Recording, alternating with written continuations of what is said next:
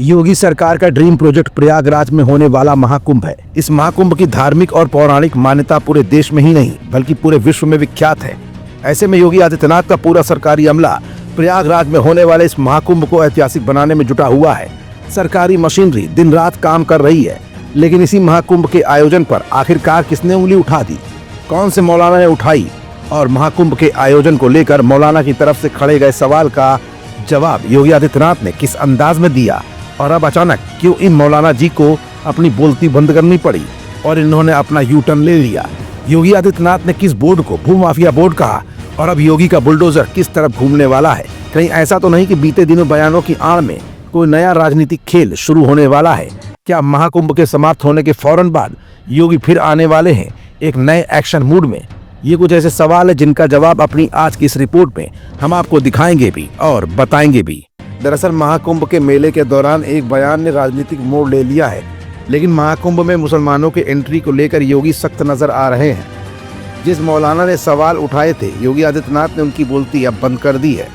एकड़ भूमि पे तमाम भूमाफियाओं ने कब्जा किया हुआ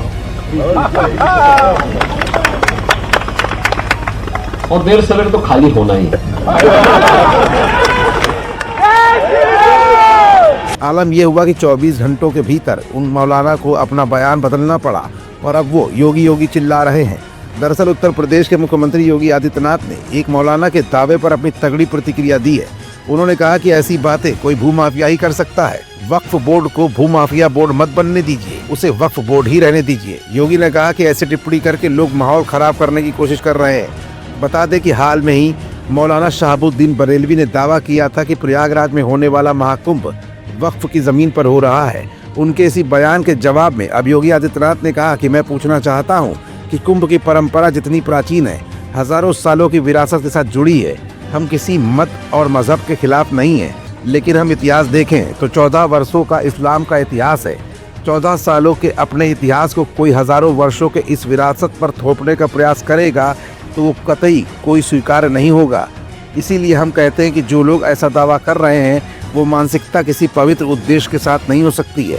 योगी ने कहा किसी अच्छे आयोजन में व्यवधान पैदा करने की मानसिकता है और ये बुद्धि किसी भूमाफिया की ही हो सकती है। इसलिए वक्फ बोर्ड को वो भूमाफिया बोर्ड न बनाएं, उसको वक्फ बोर्ड ही रहने दीजिए। उन्होंने आगे कहा कि यूपी के अंदर हम जानते हैं कि उनकी आकाओं के द्वारा ये पहले से किया जाता है कि जो प्लॉट खाली है वो हमारा है। फिलहाल इस मामले में योगी के सख्त रवैये के बाद अब मौलाना के बोल बदल चुके हैं। वही मौलाना अब इस आयोजन को सही ठहराने लगे हैं और योगी योगी चिल्ला रहे हैं। फिलहाल योगी का चेतावनी भरा जवाब अब वक्फ बोर्ड के लिए कहीं न कहीं गले की फांस भी बन सकता है।